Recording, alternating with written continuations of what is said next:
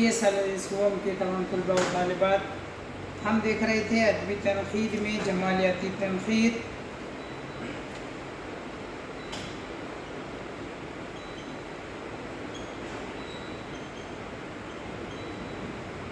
جمالیاتی تنقید کیا ہے؟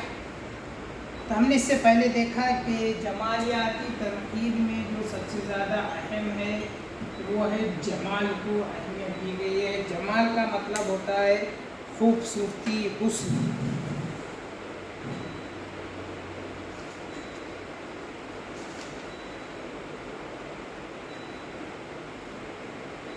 ازبرن کہتا ہے کہ کوئی بھی تنقیدی فیصلہ جمالیاتی اقدار پر نظر رکھے بغیر صحیح نہیں ہو سکتا.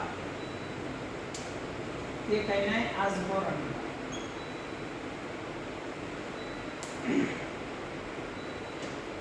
ہم نے دیکھے ہیں کہ کس طریقے سے جمالیاتی تنقید کو بیان کیا گیا ہے. ہر جگہ اس میں زیادہ اہمیت جو دی جاتی ہے وہ جمال یعنی حسن کو دی جاتی ہے کہ بھئی جہاں حسن ہو یا حسن کے اقدار کو جب مد نظر رکھ کر جو تنقیدی رائے پیش کی جائے گی وہ جمالیاتی تنقید کے زمرے میں آئے گی. دیکھیے ہم نے اس سے پہلے پڑھ چکے ہیں کہ کس طریقے سے ڈیکارٹ، کانٹ اور گوئٹے جیسے بڑے بڑے مفکروں نے جمالیاتی تنقید کی تعریف کی ہے اور اس کے بارے میں خاص خیال کیا گیا ہے. اس کے علاوہ ہیگل کا بھی نام ہم نے یہاں پر دیکھا ہے. اس میں ڈیکارٹ کا بھی نام ہے، کانٹے ہے، اس میں کانٹ ہے اور گوئٹے. اس کے علاوہ ہیگل یہ ایک ایسے نقاد ہے جو جمالیاتی تنقید کے دبستان سے تعلق رکھتے ہیں. ڈیکارٹ، کانٹ اور گوئٹے وغیرہ نے فلسفہ جمال پر غور کیا اور اس سلسلے میں اہم باتیں کہی. ان کے بعد ہیگل کا نام آتا ہے. اس نے کہا کہ حسیاتی صورتوں کے ذریعے تصور کے اظہار کا نام حسن ہے. اب یہاں پر شروع ہوتا ہے کہ بھئی حسن کیا ہے. جو بات ہے جمال جسے کہا جاتا ہے، چلو ٹھیک ہے مان لیے کہ بھئی حسن یا جمالیاتی اقدار پہ نظر رکھے بغیر تنقید مکمل نہیں ہوتی. ٹھیک ہے نہیں ہوگی، لیکن سوال یہ ہے کہ وہ جمال کسے کہیں گے یعنی حسن کسے کہیں گے. تو ہیگل حسن کی تعریف پہلے سمجھنا ضروری ہے کسے حسن کہا گیا. تو ہیگل کہتا ہے کہ حسیاتی صورتوں کے ذریعے تصور کے اظہار کا نام حسن ہے. حسیاتی صورتوں کے ذریعے، حسیاتی مطلب جو حس ہوتی ہے، مطلب دیکھ کر بڑی خوشی ہے، غم ہے، یہ جو چیزیں ہیں اس کو دیکھ کر جو تصور بیان کیا جاتا ہے اس کو کہا گیا حسن ہے. ہیگل بہت بڑا مفکر گزرا. اس کے خیالات نے یورپ کو بہت متاثر کیا. جدید زمانے میں کروچے نے جو نظریہ پیش کیا وہ اظہاریت کہلایا. اس نے کہا کہ فنکار جب کوئی فن پارہ پیش کرتا ہے تو اس سے پہلے اس کے ذہن میں فن پارے کی مکمل تخلیق ہو چکی ہوتی ہے. پیشکش اس تخلیق کا ظاہری عمل ہے. اس نظریے سے بہت سے مفکروں نے اختلاف کیا. اس کے بعد جارج سنتیانا اور آزبورن وغیرہ نے اس میدان میں قابل قدر کارنامے انجام دیے. تو خاص کر یہاں پر آزبورن اور جارج سنتیانا یہ دونوں نے جمالیاتی تنقید میں بہت اہم رول ادا کیا ہے.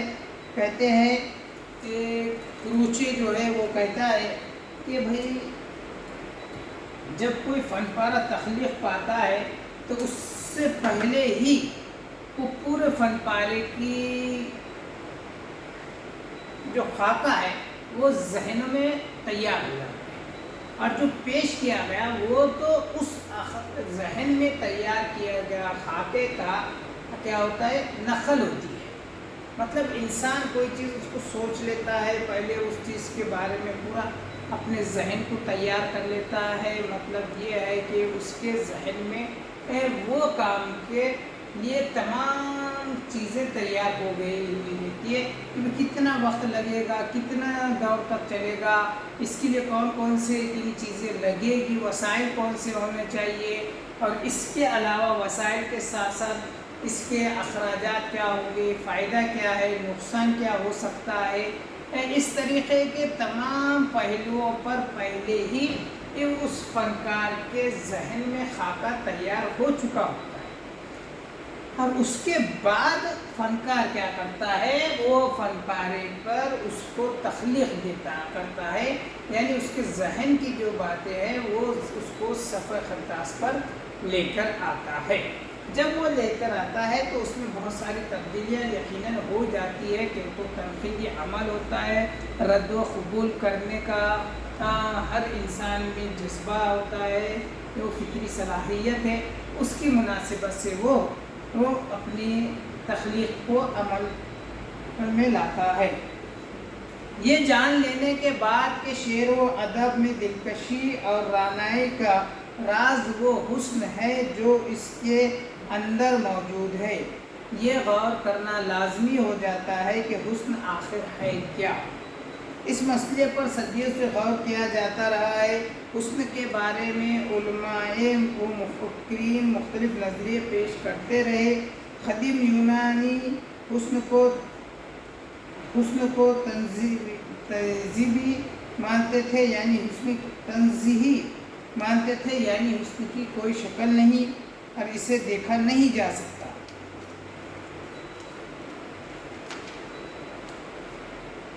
یا دیکھا بھی جاتا ہے تو اس کی تصویر کشی ممکن نہیں، لہٰذا یہ حسن فنون لطیفے کے لیے بیکار و بے مصرف ٹھہرا۔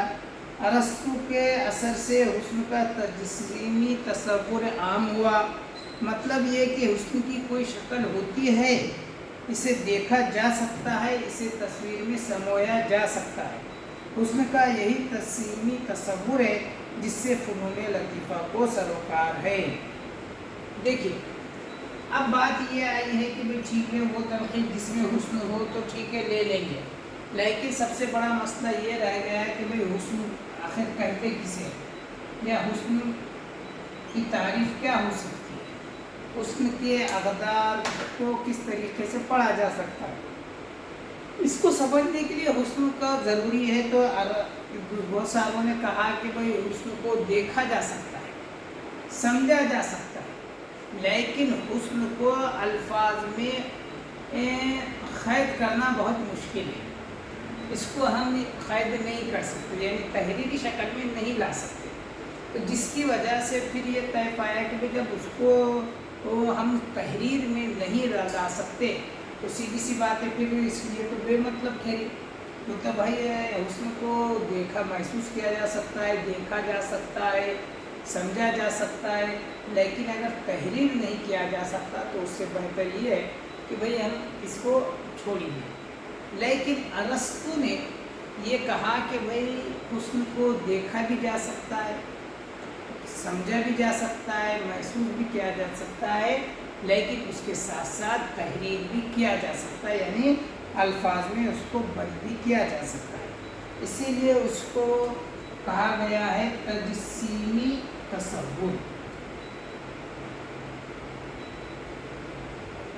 مطلب جس کو کسی شکل میں جسم میں ڈھال سکتے ہیں، تو ایسا حسن کو بھی تجسیمی تصور میں ڈھالا گیا ہے یا اس میں پرکھا گیا ہے۔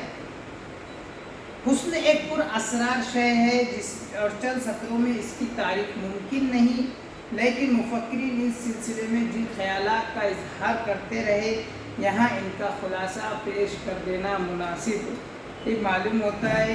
باؤم گارٹن ایک مغربی مفکر ہے، وہ کہتا ہے کہ اس نے حقیقت اور حسن کو ایک ہی شے کے دو روپ بتایا اور کہا کہ جس چیز کا علم ہمیں تیقن کے ذریعے ہوتا ہے اسے حقیقت کہتے ہیں، اور جس چیز کا علم احساس کے ذریعے ہوتا ہے اسے حسن کا نام دیتے ہیں۔ دیکھیے کیا کریں،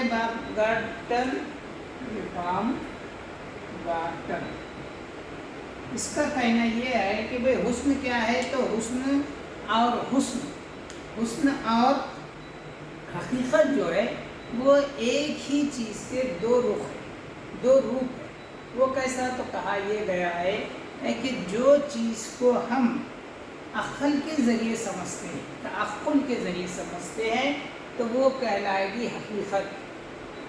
لیکن کہا گیا کہ جو چیز اس احساس کے ذریعے محسوس کی جائے، احساس کے ذریعے ہم اس چیز کو سمجھ سکے، تو سمجھیے کہ وہ کیا ہے، حسن ہے۔ مطلب یہ ہے کہ جہاں احساس ہو تو سمجھ جائیے کہ وہ کیا ہے، حسن ہے۔ حسن کے بارے میں اور بہت سی باتیں کہی گئی، مثلاً یہ کہ حسن تناسب اور ہم آہنگی کا نام ہے، یا یہ کہ حسن ترتیب و تنظیم کا نام ہے، مگر اس کی تردید یہ کہہ کر کی گئی کہ آسمان پہ بکھرے ستارے بھی حسین لگتے ہیں۔ افلاطون بہت پہلے کہہ چکا تھا کہ حسن ایک نور ہے جو توازن، ہم آہنگی، ترتیب و تناسب سے بالاتر ہے۔ کسی نے کہا خوبصورت رنگ اور روشنی ہی حسن ہے، کسی کو سیدھی، ترچھی اور لہرایا دار لکیروں میں حسن نظر آیا۔ اسی طرح کسی نے سادگی کو حسن کہا، کسی نے صناعی کو۔ دیکھیے جب باتیں نکل ہی چکی ہے کہ حسن کیسے کہتے ہیں، تو مختلف ماہرین نے اپنے اپنے انداز، اپنے اپنے مطالعے و مشاہدات کے بنا پر حسن کی تعریف کی۔ کسی نے کہا کہ بھائی حسن جو ہے وہ ترتیب و تنظیم کا نام ہے، مطلب ایک لائن سے کے بعد ایک ایسا طریقے سے، سلیقے سے رکھی ہوئی چیز کو حسن کہا۔ کسی نے کہا کہ بھائی حسن جو ہے وہ تناسب اور ہم آہنگی کا نام ہے، جبکہ افلاطون تو بہت پہلے جب یہ بات کہی گئی کہ تنظیم و ترتیب کا نام ہے، یعنی ایک کے ساتھ ایک کیسا منظم طریقے سے رکھی ہوئی چیز خوبصورت ہے، تو بہت ساروں نے یہ دلیل دی کہ بھئی آسمان میں ستارے تارے بھی چمکتے ہیں، تو وہ بھی ایسا کوئی ترتیب سے نہیں ہے، لائن بنا کر یا اس طریقے سے ڈبے وغیرہ نہیں، بلکہ وہ تو بے ترتیب ہوتے ہیں، لیکن سب سے خوبصورت وہی چیز لگتی ہے۔ تو یہ چاہ کر یہ تعریف اس نے کی مسترد کر دی گئی کہ بھئی نہیں، ترتیب و تنظیم کا ہی صرف نام حسن نہیں ہے۔ افلاطون نے بہت پہلے کہا تھا کہ حسن کیا ہے، ایک نور ہے جو توازن کے ساتھ ہے، ہم آہنگی کے ساتھ ہے، اور اس کے ساتھ ساتھ ان سب سے وہ کیا ہے، حسن جو ہے بالا تر ہے، جس کو بہت مشکل سے کسی اس طریقے سے ہم پورے طریقے سے الفاظوں میں نہیں لا سکتے۔ کسی نے کہا کہ وہی آری ترچھی لکیریں بہت خوبصورت لگتی ہے، وہ حسن ہے۔ کسی نے کہا کہ رنگ بہت خوبصورت ہے، کسی نے کہا کہ روشنی خوبصورت ہوتی ہے، یہاں تک کہ کسی نے کہا کہ بھائی یہ سب چیزیں چھوڑ کر صرف اور صرف انتہائی سادگی والی چیز میں حسن ہوتا ہے۔ اور کسی نے کہا کہ بھائی صناعی کو، یعنی بناوٹ کو، دکھاوے کو مصنوعی طریقے سے تیار کی گئی یہ چیزوں میں بھی خوبصورتی ہوتی ہے۔ لیکن یہ بہت بات صحیح ہے کہ بھئی ہر ایک کو اپنے حساب سے کچھ چیزوں میں خوبصورتی نظر آتی ہے، ہر ایک کا انداز، ہر ایک کا نظریہ مختلف ہے، اسی لیے ہر انسان کو مختلف چیزوں میں خوبصورتی اور دلچسپی ہوتی ہے۔ تو یہی بات یہیں کہی گئی کہ مختلف لوگوں نے، مختلف ماہرین نے مختلف چیزوں میں حسن کو دیکھا اور اس کو حسن مانا ہے، لیکن یہ سب چیزوں سے بالا تر جو ہے وہ حسن کی تعریف ہے۔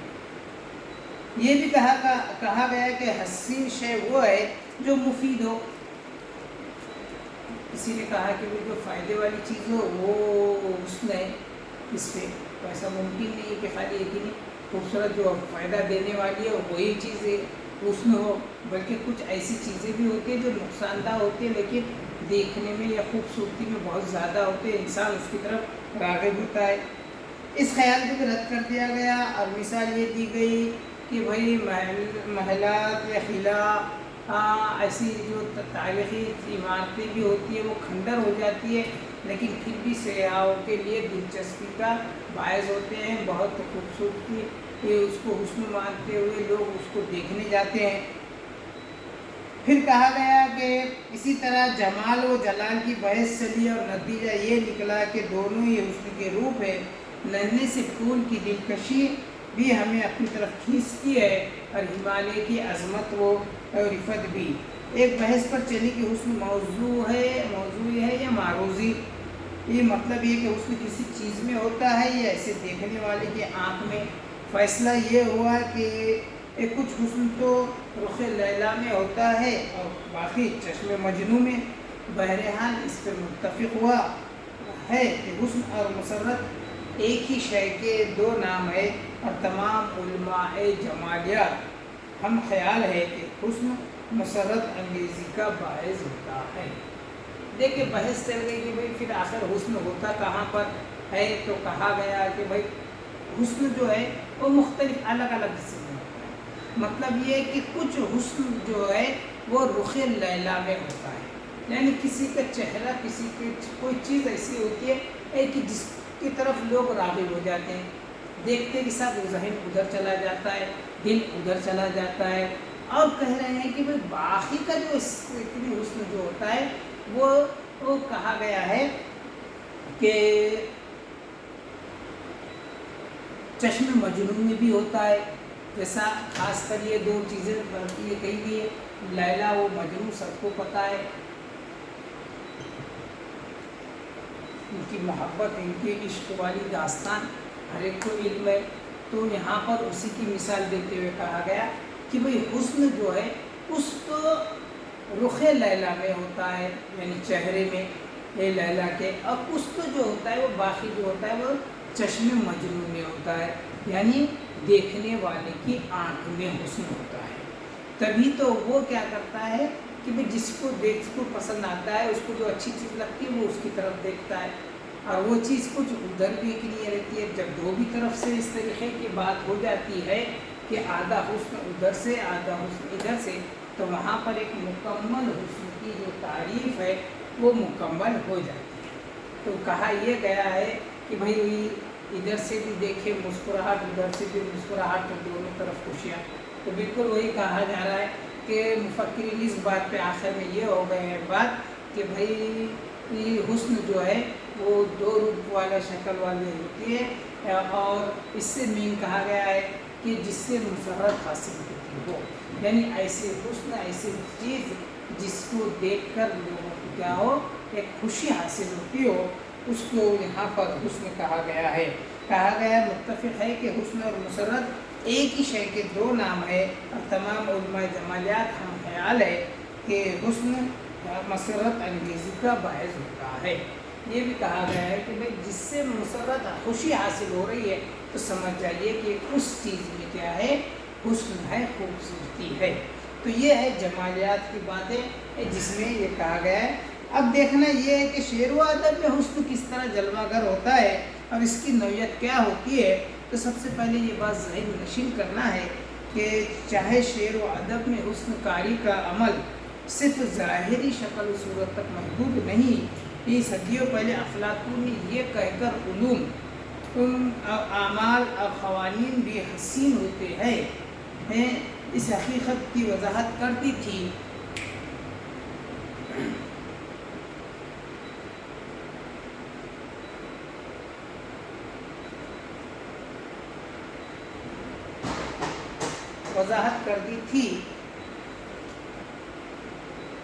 کہ جو چیز پیش کی جا رہی ہے اس میں بھی ہوتا ہے، گویا شعرا میں